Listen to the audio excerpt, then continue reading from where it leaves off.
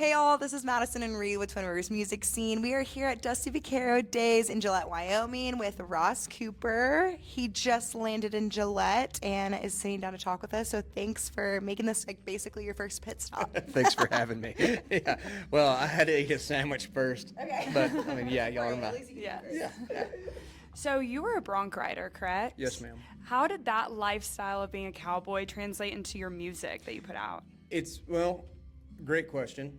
For the longest time, we were talking about A&M off camera, but for the longest time, my rodeo buddies didn't know I played music, and my music buddies didn't know that I rodeoed because those worlds were so different. And I think it was one of those things, I was just so close to both of it that I didn't really have a perspective. And it wasn't until I moved to Nashville, really, that I was able to zoom out and realize that those things kind of made me unique in at least the story that I was trying to tell, and gave me something more to talk about, maybe than the next guy, or something different I having that experience. I guess it took a little bit longer, but it helped me kind of find my feet as a writer. Yeah. Is there like a specific like horse that you like bronc like that you still think about today? Oh, That, what like, now? Like a horse when you did bronc riding? Not really. I mean, Anyone that really put you well, through the the funny ringer? thing is like, that is absolutely how my family, grew up. That's how we were raised. But I hadn't been on a bucking horse in over a decade. Yeah. either. And, I wish that when I was younger that I took more of those opportunities to, like, do some actual like cowboy work, some day work. And because I had those opportunities, and all I wanted to do was rodeo. And it wasn't until much later that I started taking those opportunities. But it's also, I mean, cowboys have always been cool, but we're also in this time where nothing's cooler than a cowboy. And when you're putting out music, it's like a publicist's favorite thing to talk about is, former bronc rider. And Yeah. it's like, I promise you that I have buddies that are like, dude, you hadn't been on a bucking horse in over a decade. Like, what are we Like, I talking can't about claim it here? anymore. And especially, but what I really do like and appreciate is a lot of the guys like me are coming out of the woodwork that have a big rodeo background or come from rodeo families or ranch families, and also that it's not a straight down the middle like Chris Ledoux song that's getting written, which we love. I mean, I love Chris Ledoux, Right. but I think it's so cool. Like, I mean, you listen to Ryan Bingham, and those are indie records. That's how they sound. Like that's so cool to me, and I like that. There's a lot of us, and most of us don't fit a mold. So, yeah, I'm thankful for where music's at in relation to cowboys and rodeo. Absolutely. So you actually did a live album recording at Hotel Yeah. Turkey, and you're one of the Yes. first. What is Always. it about Hotel Turkey that you picked that venue to do your live recording at? Yeah, so Hotel Turkey has become a second, third home.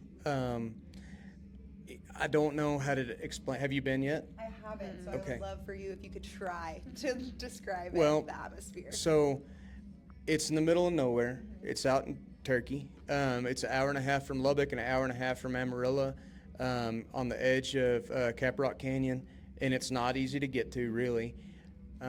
But just the hospitality there between Pat and Tina and Carly, the owners, and the I guess Carly's technical, title would be GM. But it takes a small little community and family and village to run that place.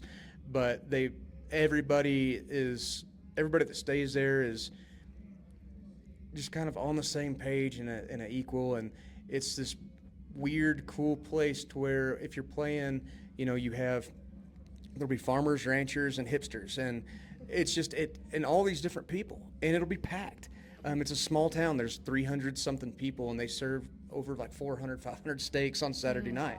And they get some of the biggest acts in Texas to go play. And if you ask any one of those acts, they'll be like, yeah, we already have another date on the books, because it's this. I used to tell people that it felt like a Lukenbach of the Panhandle, but I don't think that that's accurate, because I think that shortchanges Turkey. I think that it's built something completely unique and special to that place.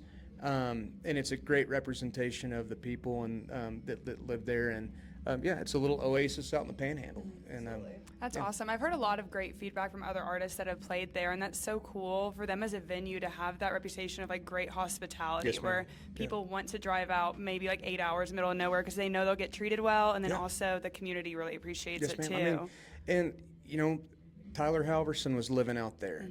Charlie Stout, who is one of the best songwriters in Texas. For those of you who don't know Charlie, he wrote West Texas My Eye for the Panhandlers and wrote it by himself. He lives out there.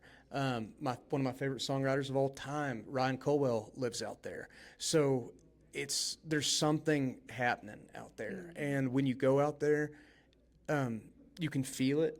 And if you can't, I don't trust you. You know, like you absolutely feel it when you're out there. And so when I decided, I didn't answer the question. I was just like talking up Hotel Turkey. Yeah. But I was in a spot to where I'd put out a record the fall before, and I've been through this cycle a lot. And I had high hopes for a record that didn't do anything. And I've been doing it long enough and been writing songs long enough to where it's not like a surprise if a record doesn't meet a a benchmark, but at the same time, it really was the first time where the wind was taken out of my sails, and it took that live record to get me to truly love everything about it and see what a blessing it is to be able to play music to people that truly care about you. And that's what we did at Turkey. I just played there was no amplification. There was 3 mics in the room, and we played to a packed room of people that were there because they truly wanted to be there. That's awesome. It's always so like euphoric, honestly. Yeah, that comes together in that way, Yes, for ma'am. sure. Yeah. So you're currently in Nashville, I but am. you are from Lubbock originally. Correct. What pieces of Lubbock, I know it has a very thriving music scene there, what pieces do you still carry with you in your music today? As much as I can. I tell everyone that I'm so proud to be from Lubbock. And I think when I was growing up, like in middle school and high school, it was so easy to hate it because it was 105 degrees and it didn't feel like that there was nothing going on. And it wasn't until a little later, getting into college and realizing that there was such a thriving scene and starting to learn about Terry Allen and the Flatlanders and Joe Ely and the early days of Pat Green and the Maines brothers. And I mean, the list literally goes on and on. Early days, Wade Bowen, Josh Abbott, William Clark Green, Flatland Cavalry, Randall Key. I mean, it just goes on and on. So I think it exists there and it thrives because Lubbock is an island surrounded by dirt. There's nothing to do other than like farm or play music or drink or go to school or some combination of the 4. So Lubbock is always, always, always going to be home. And I think more than that, it's the people there, you know.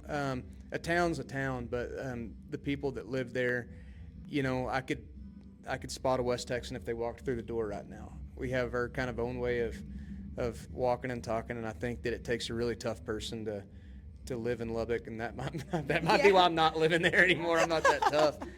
But See you. yeah, but that you know, when you zoom out and 60-mile-an-hour winds and brutal heat and hard flat ground that hadn't had a drink of water in 10 years, that type of thing. It's if you can't write songs about that, you're in the wrong business. You know? Yeah.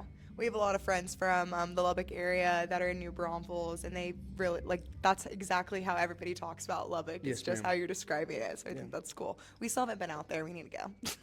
What have y'all been doing? I don't know. Because y'all live in because y'all live in New Braunfels, Yeah, and it's it's so like- nice down there. You're like, we don't know. I'm We're like, good. why would I go to Lubbock? Yeah, we have the river and HEB, and we're good. That's all you need. Yeah. So what song would you recommend for somebody that's like first hearing your music? Oh gosh, I don't know. I have a lot of songs. A lot of songs. Does one stand out to you that you like still have a special place in your heart for? I have a couple different answers, I think. Probably the one that if anybody ever really knows is a song called Old Crow Whiskey and a Cornbread Moon. And then the song that I think I've ended every set with since I wrote it has been a song called I Rode the Wild Horses. That is kind of a tip of the hat to a lot of those cowboys that are from West Texas and the South Plains, and a lot of it's about my dad. But one of my favorite songs that I've written that nobody really knows about is a song that's on the Live from Hotel Turkey record called I Still Belong to You. And yeah, it'll, even though I wrote it with a couple buddies, it'll like forever be a song to my wife. And I love that song. That's So, awesome. Yeah. So all on Spotify, Apple Music, It's all all that. out Okay, there. so It's everyone all go out listen there. to those Yeah. and all the Yeah. other ones. Yeah, please do. Yeah. Well, thank you so much for sitting down with us. It was great been to a meet pleasure. you, and we're excited to Likewise. watch your set today. Tomorrow. Sorry. My They days won't know are the mixed up. difference. They yeah. won't, yeah. it doesn't Exactly. matter. Today and tomorrow. I don't even know. So. Yeah. Yeah, exactly. Thank y'all very, very much. Yes, thank you. Appreciate it.